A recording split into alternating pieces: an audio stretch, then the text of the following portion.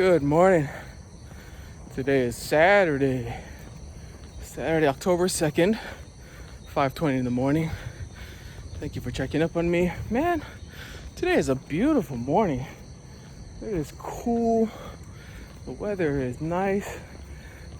The skies are fairly clear. My mile just went off. Everything's just lining up. Yesterday we had our Freshway Friday. We changed the date this week because one of our friends was busy on Thursday. And it seemed like a lot of us really liked that Friday. First of all, because of the anagram, FF, right? Freshway Friday. Is it called an anagram? No, it's not called an anagram. Because of the anyway, the FF. That's why like companies like Best Buy or Domino's Pizza. Oh wait. So anyway, we had it yesterday. Just good stuff. Good soul talk. Appreciate having those moments in the week, even though the day leading up to it may not be the best. And the thing I took away from this past week was just trying to manage expectations. Managing expectations. Quick story. I have a parent that's texting me on the side, and he says, "Hey, how come you didn't call my daughter in one of your classes?" And I said, "Oh, I apologize. Maybe I didn't see your daughter. What's your daughter's name?" He says, "Her name is Yahung." I said, "Okay. Does she have an English name, by the way?" She says, "Yeah, her name's Liz." I said, "I'm sorry. Let me pay attention tomorrow, and I'll make sure that I'll call her tomorrow during our class." So tomorrow comes around, teaching a class, looking around, and I don't see anybody by that name.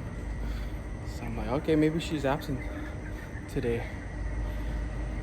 And so anyway, after the class finishes, I get another text from the same father, and he says, "Hey, I thought you said you were gonna call my daughter." I'm like, "I'm sorry. I looked throughout the whole class. I looked for Yahung. I looked for the name Liz, but I didn't see her." And he's like, "She was there." I'm like, "Look, I'm sorry. And you know what? Actually, let me ask you, what is the name on her Google Meet?" Her name is Gung Martini. I'm like, what do you expect? What do you expect? I saw that name, Martini Gung or something like that. And I saw that name, and I'm just like, how am I supposed to? It's not my fault. It's just like, I'm sorry. I saw that name, but I didn't know that was your daughter, and I didn't know who that was.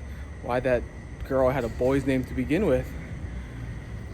And look, I said I don't have opportunity to meet these kids face to face. I haven't taught them last year, so yeah, my bad. I just take the bigger, be the bigger man and just apologize. Anyway, that just tripped me out. Expectations of that person, the expectations of teachers. Some lessons are like 40 minutes long, and some classes are combined, so we have 40 students in each class. And the manager told me, "Hey, you should call each person by their name at least once throughout the lesson." And I'm like, that's a lot of names for a 40-minute class. I mean, if I'm doing that, I barely have time to cover any content. He says, yeah, well, but you should. I was like, all right. So I started my next lesson the next day, and literally, like, okay, I said I just want some fast sentence examples. This is something I know that these kids can do.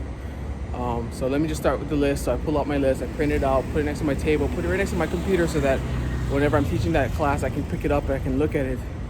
I look at the Vietnamese names, because the problem is all the names on Google Meet are all Vietnamese, first of all. And secondly, a lot of them are the names of their parents, because the kids aren't able to open up their own account, their own Google account. So they're using their parents' account, which when they enter the Google Meet meeting, it has their parents' names.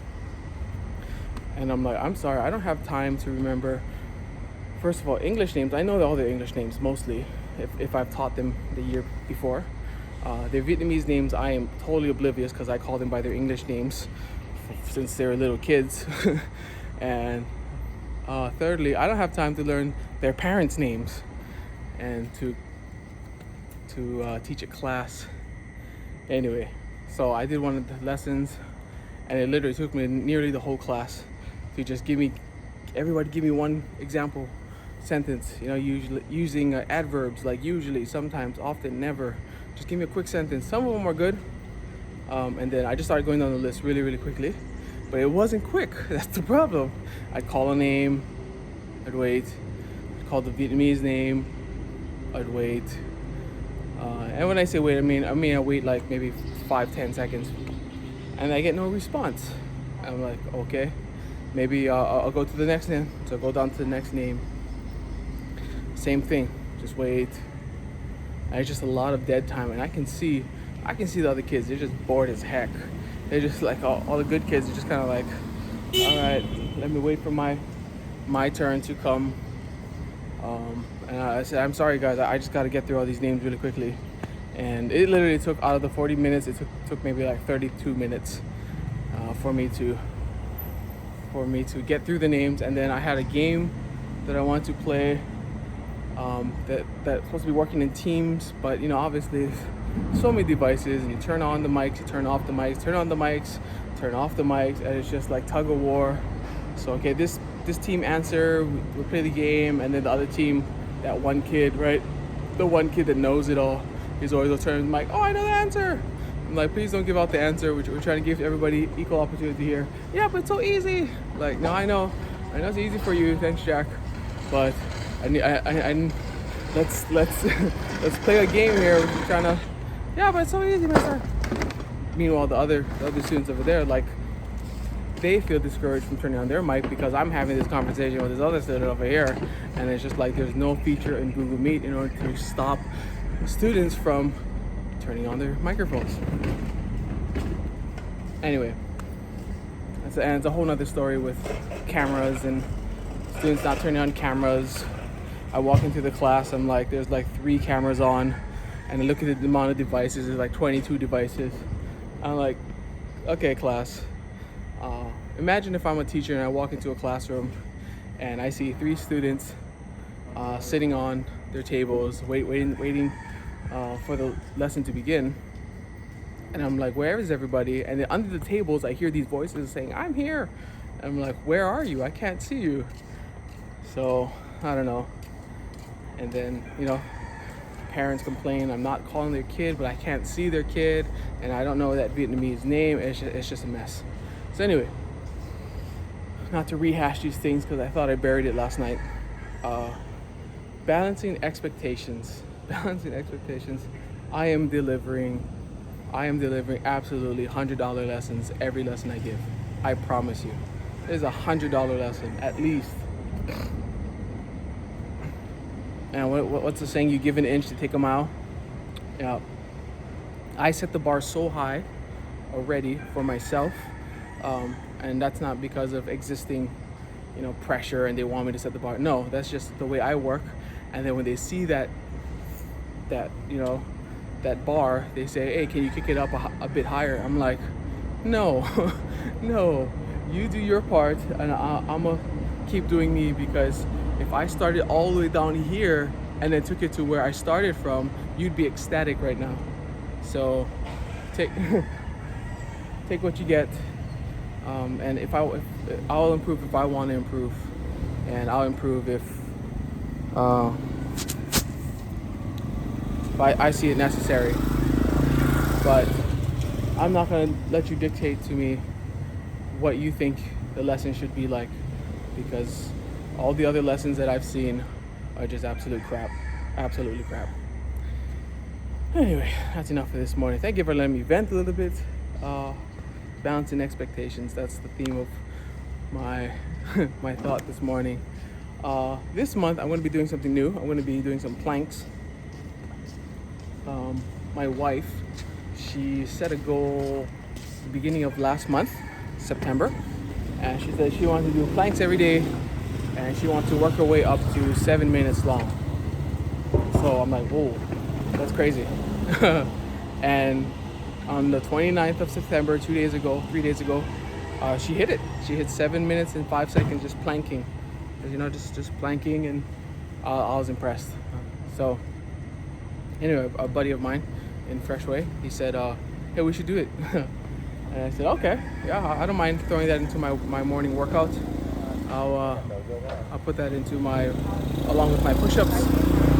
So I'll do my 4 sets of push-ups, and then finally I'll do a set of planks. And then hopefully I can work my way up to 10 minutes. I don't know. Well, my friend said, hey, if you do 10 minutes, I'll buy you a meal. I was like, yeah, if I do 10 minutes, somebody should just buy me a car, because it's impossible. I know, trigger word, not impossible, but anyway. So I started yesterday, and my baseline yesterday I set was 49 seconds. I did for 49 seconds, and I was done. So anyway, I'm gonna go do my planks right now, and every day I'll do planks. Hopefully, I think we're gonna do it for 2 months, and then hopefully I can make my way up to about 6 minutes. If I can hit 6 minutes, that'd be amazing, and we'll see what that does for my health and for my body.